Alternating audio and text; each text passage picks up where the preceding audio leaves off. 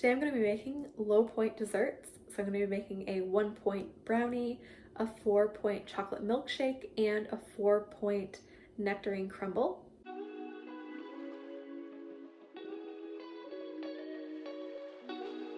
Hi, welcome if you're new. I'm Amy. I'm a wife and a mom of 2 girls, 2 and under. Today I'm going to be showing you 3 easy desserts that are healthy, low point. So I'm really excited to show you these. Let's go ahead and get started. First, I'm going to make this 4-point nectarine crumble.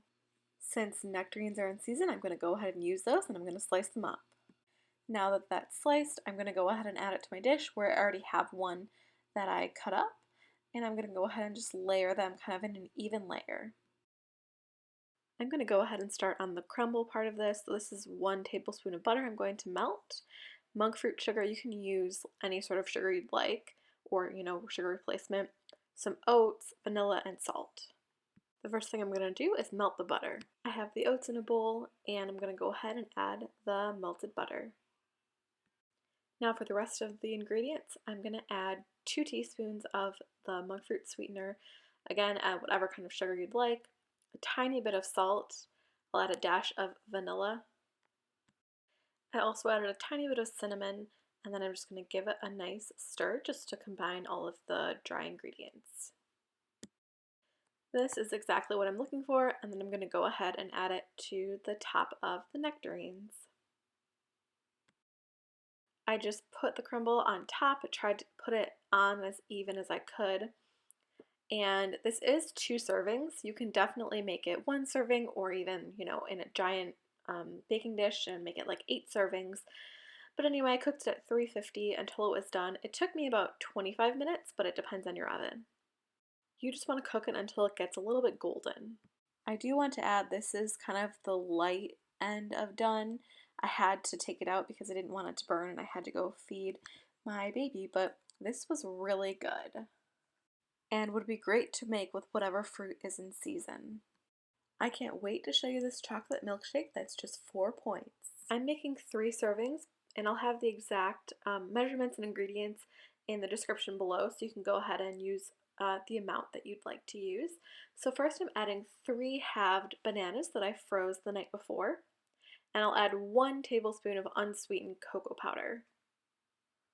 Next I'll add a dash of vanilla. I find that vanilla, even just a tiny bit, adds just a depth of flavor that I really like. I used this sweetened chocolate almond milk just because I wanted it to be really like a real milkshake. But you can of course use like unsweetened almond milk and just extra of the unsweetened cocoa powder if you'd like. That would keep the points a bit lower.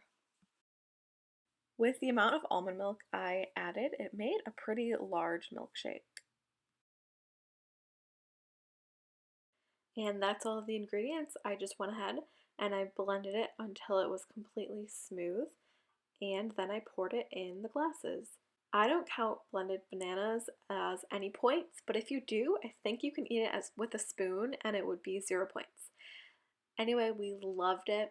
It was like a chocolate frosty from Wendy's. Any sort of chocolate milkshake that you'd get, it barely tasted like banana. I will definitely make this again, and I'd highly recommend it. It was really good. I'm really excited to make this 1-point brownie recipe. Let's get started with this 1-point brownie recipe. So I'm going to be adding everything to my food processor. So first, this is 3/4 of a cup of non-fat plain Greek yogurt. Next, I'm going to add skim milk. You can definitely use, like a non-dairy milk instead if you prefer. And next I'll add, this is a 1/2 cup of just unsweetened cocoa powder. I'm using this Ghirardelli brand. And a 1/2 cup of oats. I'm using Old Fashioned. Next is any sort of sweetener you like that is low calorie. So this is monk fruit sweetener. You can use truvia, stevia, anything like that. 1 egg.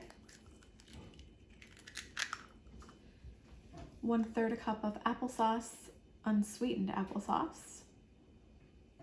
Baking powder. And a couple shakes of salt.